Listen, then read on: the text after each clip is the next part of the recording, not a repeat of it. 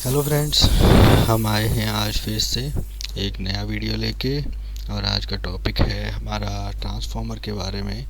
और तो स्टार्ट करते हैं ट्रांसफॉर्मर के बारे में। क्या क्या उसकी एसेसरीज होती हैं, क्या क्या उसके पार्ट्स होते हैं, उसके बारे में हम जानेंगे आज। तो फिर से स्टार्ट करते हैं अविनाश MEP ऑफिस। और प्लीज़ वीडियो पूरा देखें और मेरे चैनल को लाइक करें, सब्सक्राइब करें एंड शेयर करें। तो स्टार्ट करते हैं ट्रांसफॉर्मर। तो बेसिकली ट्रांसफॉर्मर एक स्टैटिक डिवाइस होती है, ये मूवेबल डिवाइस नहीं होती, एक स्टैटिक डिवाइस होती है जिसे हम यूज करते हैं अपने वोल्टेज एंड करंट को step up and step down करने के लिए, जो कि हमारे इसमें प्राइमरी वाइंडिंग और सेकेंडरी वाइंडिंग के थ्रू होता है। और इसको हम उल्टा भी करते हैं, कभी हम प्राइमरी वाइंडिंग से सेकेंडरी वाइंडिंग को अप करते हैं स्टेप अप, एंड कभी सेकेंडरी वाइंडिंग से प्राइमरी वाइंडिंग को स्टेप डाउन करते हैं। एक्चुअली ट्रांसफार्मर जो है वो एक हार्ट की तरह काम करता है, जो कि हार्ट इलेक्ट्रिकल सिस्टम का हार्ट माना जाता है। जैसे ह्यूमन हार्ट हम कनेक्टेड होते हैं वेन्स के थ्रू, ऐसे ही ट्रांसफार्मर जो है वो कनेक्ट होता है हमारा इलेक्ट्रिकल सिस्टम में और केबल्स के थ्रू, कंडक्टर्स के थ्रू एंड बस डक्ट के थ्रू। तो हम चालू करते हैं ट्रांसफार्मर के बारे में और सीखते हैं, हम समझते हैं उसमें क्या क्या एसेसरीज यूज होती हैं। बेसिकली ट्रांसफार्मर्स बहुत तरीके के होते हैं, लेकिन आज हम बेसिक ट्रांसफार्मर पर बात करेंगे, जो कि ऑयल कूल ट्रांसफार्मर बोला जाता है। ऑयल कूल ट्रांसफार्मर क्यों बोला जाता है इसको? क्योंकि इसकी जो वाइंडिंग्स हैं वो डिप्ड होती हैं ऑयल में। तो बेसिकली इसका नाम इसीलिए ऑयल कूल ट्रांसफार्मर बोला जाता है। अच्छा देखिए, जनरली यहाँ पे बहुत सारी एसेसरीज होती हैं जो कि ट्रांसफार्मर के साथ अटैच्ड होती हैं, ट्रांसफार्मर के साथ जुड़ी होती हैं, लेकिन और सभी ट्रांसफार्मर्स की रेटिंग के अनुसार उसमें एसेसरीज अलग अलग होती हैं। लेकिन हम आज यहाँ डिस्कस करेंगे कुछ कॉमन एसेसरीज के बारे में जो सभी ट्रांसफार्मर्स में सेम होती हैं। तो लाइक फर्स्ट होता है जैसे conservator tank, second breather, third radiator, fourth high voltage bushing, fifth low voltage bushing, sixth like tap changer, seventh explosion vent, eighth pressure gauge भी बहुत तरीके के होते हैं। तो हम बेसिकली कॉमन प्रेशर गेज ले रहे हैं, जैसे कि लिक्विड लेवल गेज होता है, ऑयल प्रेशर गेज होता है, विंड प्रेशर गेज होता है। और इसमें एक होता है प्रेशर रिलीज वाल्व, जिसे PRV भी बोलते हैं, प्रेशर रिलीज डिवाइस भी बोलते हैं, PRD भी बोलते हैं।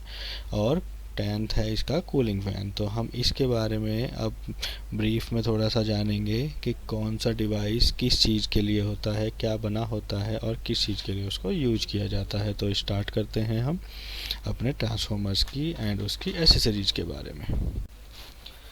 तो फर्स्ट एसेसरीज के बारे में हम जानेंगे, जो कि कंजर्वेटर टैंक होता है।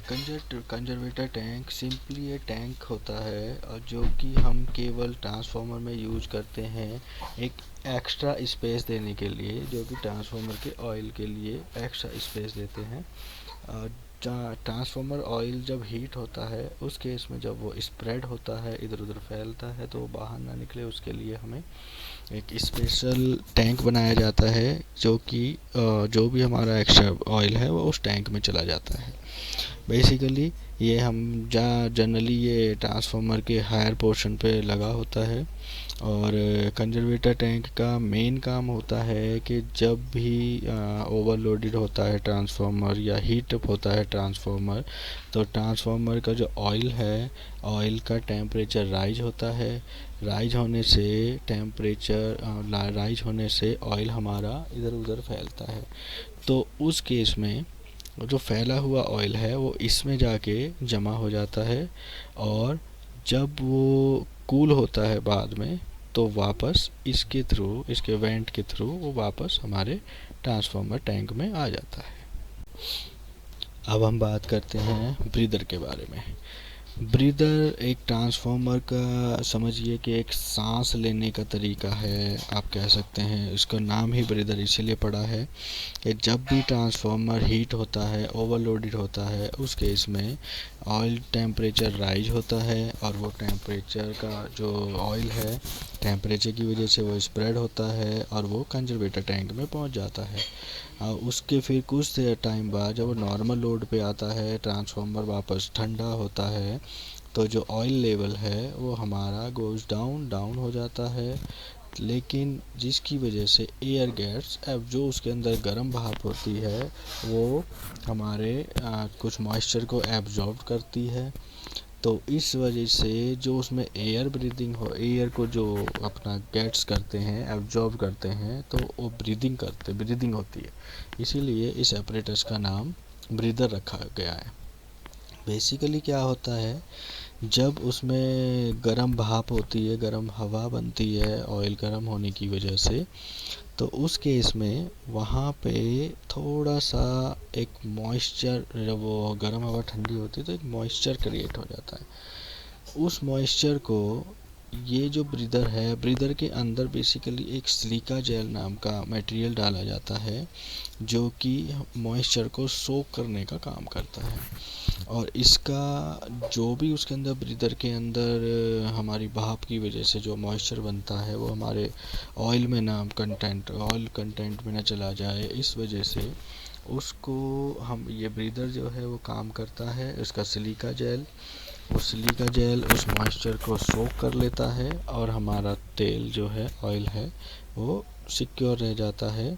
और इसका एक सिंपल सा जो हम विजुअल इसका पता करते हैं, जनरली जो सिलिका जेल होता है वो लाइट ब्लू कलर में आता है और जब ये एक सर्टेन लेवल पे मॉइस्चर को गेट कर लेता है, मॉइस्चर को सोक कर लेता है, तो इसका जो कलर है वो लाइट रेड या आप ऑरेंज कह सकते हैं, इस टाइप में कन्वर्ट हो जाता है। तो ये एक कंडीशन भी होती है कि ये एक इंडिकेटर भी होता है, जब उसका कलर ऑरेंज हो जाता है या रेड हो जाता है तो it's time to change silica gel, मतलब ये सिलिका जेल को चेंज करने का समय होता है। अगली एसेसरीज होती है रेडिएटर। रेडिएटर इज क्या है, एक जनरली एक जब वही ओवरलोडेड के टाइम पे जब हमारा ऑयल जो है वो गर्म हो जाता है, ऑयल गर्म होने से ऑयल इनके विंग्स में जाता है, विंग्स में जाने से ये इसका इनको जो रेडिएटर है वो जनरली एक ना विंग्स का काम करते हैं। ट्रांसफार्मर के आउटसाइड में आप देखेंगे, जैसे आप पीछे ट्रांसफार्मर का फ़ोटो डाला है हमने, उसमें देखें आप साइड में विंग्स लगे हुए हैं जिनको रेडिएटर कहा जाता है।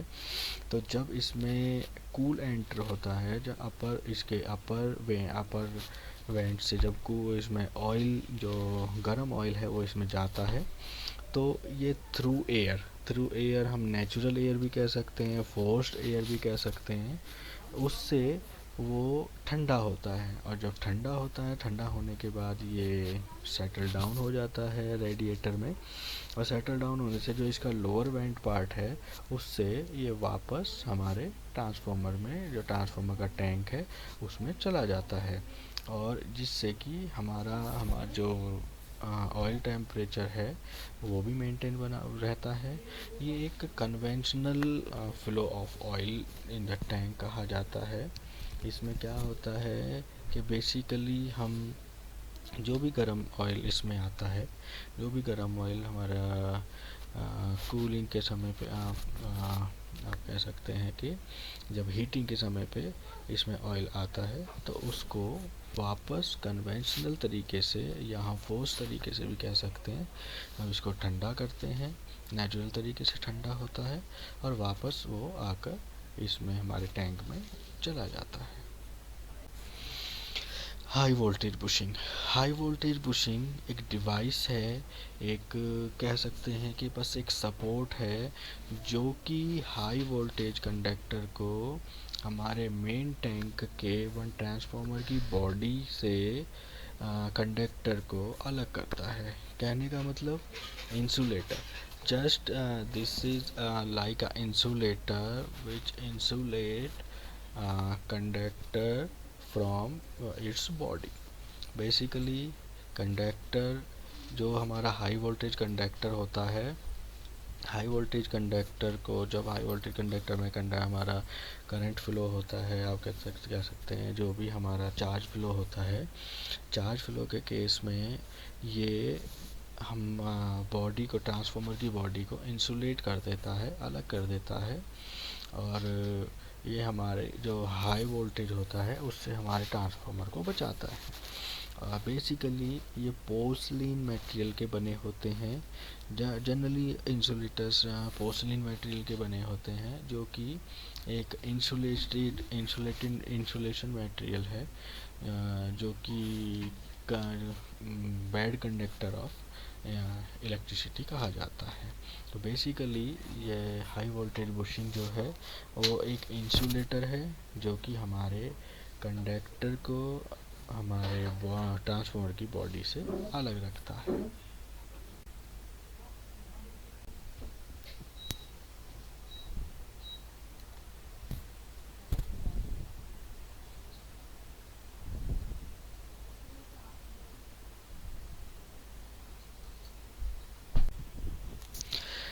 Tap changer. टैप चेंजर एक डिवाइस है जो कि ट्रांसफार्मर में अवेलेबल होता है। बेसिकली टैप चेंजर जो है वो दो तरीके का आता है, एक ऑन लोड, एक of load. On load of load का क्या मतलब है कि कभी बाई चांस ऐसा होता है कि हमारा जो इनपुट करंट है, इनपुट वोल्टेज है, इनपुट करंट है हमारा, या इनपुट चार्ज कह लीजिए आप, इनपुट चार्ज हमारे जो यूजेबल चार्ज है उससे, उसके लेवल से डाउन आता है। तो ये टैप चेंजर जो है ये लाइक ए वोल्टेज स्टेबलाइजर का काम करता है। जैसे हम वोल्टेज स्टेबलाइजर से अपने वोल्टेज को कम कर लेते थे, ज़्यादा कर लेते थे, उसी तरह से ये हमारे ट्रांसफार्मर्स में लगा होता है। ट्रांसफार्मर में टैप चेंजर का काम होता है कि वो हमारे वोल्टेज को, जो इनकमिंग वोल्टेज है हमारा, उसको कम भी कर सकते हैं और उससे ज़्यादा भी कर सकते हैं। और ऑफ लोड का मतलब होता है कि जब ट्रांसफार्मर बंद हो, बंद कंडीशन में, ऑफ लोड ट्रांसफर में बंद कंडीशन में उसको हमको अप डाउन करते हैं। और ऑन लोड टैप चेंजर का मतलब होता है कि जब ट्रांसफार्मर हमारा चालू है, हमारा वर्किंग में है, उस कंडीशन में भी हम इसके टेम्परेचर को अप एंड डाउन कर सकते हैं। तो टैप चेंजर का काम बेसिकली हमारे वोल्टेज को कम ज़्यादा करने का होता है। हमारी नेक्स्ट डिवाइस है explosion went. Explosion went is a device which is used to safety to protect transformer from excessive internal pressure।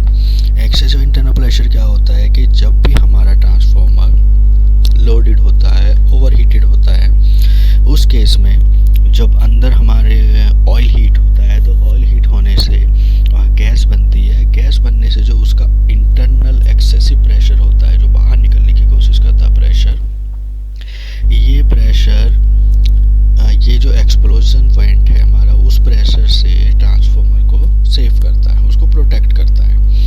ये जब भी हमारा एक सर्टेन लेवल पे टेम्परेचर आ जाता है, प्रेशर आ जाता है, तो उस प्रेशर को ये रिलीज कर देता है।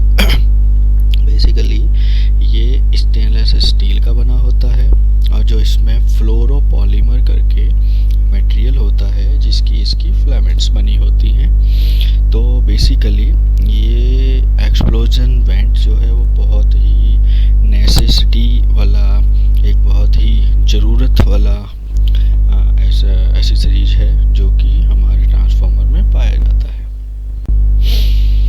गेज के बारे में आप जानते ही हैं। गेज अलग अलग टाइप के गेज होते हैं, ट्रांसफार्मर में भी वैसे ही गेज होते हैं। कुछ ट्रांसफार्मर में गेज जो होते हैं वो ऑयल के लेवल को चेक करने के लिए होते हैं, कुछ उसमें प्रेशर चेक करने के लिए होते हैं, कुछ उसमें वाइंडिंग्स टेम्परेचर चेक करने के लिए होते हैं। तो बेसिकली ऑयल, इनको अलग अलग बोला जाता है, like oil temperature gauge, winding temperature gauge and the oil level gauge. तो गेज बेसिकली जो डिवाइस है वो हमारे को यूज करते हैं हम किसी भी चीज़ की कैपेसिटी को चेक करने के लिए, उसकी लेवल चेक करने के लिए, उसका प्रेशर चेक करने के लिए। तो आगे बढ़ते हैं। अगला जो हमारा डिवाइस है वो आता है PRV, और we can say PRD। PRV pressure release valve, pressure release device PRD, ये दोनों ही चीज़ बोली जाती हैं। Basically pressure release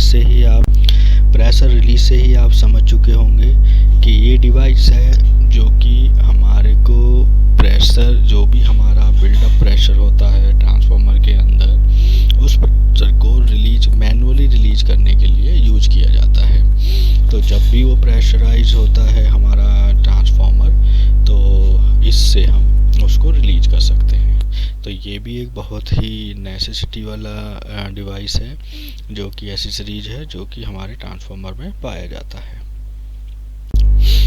cooling fan जो है वो हमारा सिंपल सा एक घर वाले ही फ़ैन होते हैं हमारे, नहीं इसमें कोई नया चेंज फ़ैन नहीं होता, कुछ अलग नहीं होता है। सिंपली फ़ैन होता है जो कि यूज किया जाता है फोर्सफुली ट्रांसफार्मर को कूल करने के लिए। एक तो नेचुरली हमारे ट्रांसफार्मर जो होते हैं वो नेचुरल एयर से कूल होते ही हैं, लेकिन ये जो फ़ैन है ये हमारे को इंस्टॉल करते हैं हम उसके साथ, जो कि एक्सेसिव जो उसका टेम्परेचर होता है उसको फोर्सफुली कूल्ड करने के लिए ये फ़ैन को यूज किया जाता है। तो बेसिकली ये हमारा सरफेस के साइड में, जैसे हमारे रेडिएटर हो गए, हमारा जो कंजर्वेटर हैं, ये एक्चुअली उनके रेडिएटर्स के आसपास लगाए जाते हैं, ताकि हमारे को, मैंने पिछले आपको बोला भी था कि रेडिएटर जो है वो दो तरीके से कूल्ड होता है, एक नेचुरल कूल्ड होता है, एक फोर्स एयर कूल्ड होता है। और फोर्स एयर कूल्ड जो वो हम इसको कूलिंग फैन के थ्रू करते हैं। तो ये हमारे कुछ डिवाइसेस थे, जो ये एसेसरीज थी जो कि हमारे को जो ऑयल कूल टेम्परेचर या ऑयल कूल फील्ड जो ट्रांसफार्मर होते हैं उसमें पाई जाती है। तो आज हमने कोशिश की कि ट्रांसफार्मर के कुछ पार्ट्स, कुछ एसेसरीज को जानने की और उनकी वर्किंग की, उनकी प्रॉपर्टी की, क्या वो कैसे यूज़ किया जाता है, वो कैसे बनाए जाते हैं, किस पर्पज़ के लिए लगाए जाते हैं। तो होप आपको थोड़ा सा समझ आया होगा, और अगर समझ नहीं भी आया या आपकी कैसी भी कोई भी क्वेरी है तो आप कमेंट बॉक्स में डाल सकते हैं, और ताकि आगे के लिए भी हम और मोटिवेटेड होंगे। और मैं कोशिश करूँगा कि आपको अच्छे से अच्छे वीडियो शेयर करूँ। आप मुझे टॉपिक्स भी शेयर कर सकते हैं कि आपको उस पर कोई वीडियो बनाने चाहिए, तो मैं उस पर भी कोशिश करूँगा आपको वीडियो बना के देने की, और कोशिश करूँगा अच्छे से आपको ब्रीफ करने की चीज़ों को। तो आज हम यहीं पे अपना ट्रांसफार्मर का जो टॉपिक है समाप्त करते हैं। कोशिश करते हैं कि आगे भी आपको अच्छे से अच्छे वीडियोज शेयर करूँगा। सो फ्रेंड्स, एक बार फिर हम हमारे वीडियो के समाप्ति पे हैं, और आपसे रिक्वेस्ट है कि मेरे चैनल को सब्सक्राइब करें, लाइक करें, शेयर करें, ताकि मैं आगे आपको अच्छे से अच्छे वीडियोस लाता रहूं। बेसिकली हम यहाँ पे जब भी बात करेंगे तो MEP के बारे में बात करेंगे, यानी मैकेनिकल, इलेक्ट्रिकल एंड प्लम्बिंग। तो ये इलेक्ट्रिकल का एक टॉपिक था, आगे हम प्लम्बिंग के भी लाएंगे, मैकेनिकल के उसमें भी लाएंगे। बेसिकली ये मैकेनिकल एंड इलेक्ट्रिकल दोनों के टॉपिक में है, और हम आगे HVAC के बनाएंगे।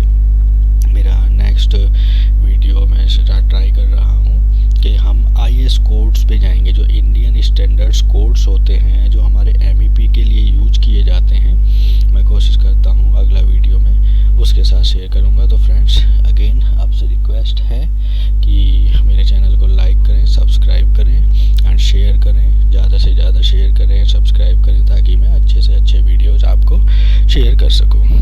तो thank you, good bye and take care to all of you. Thanks a lot.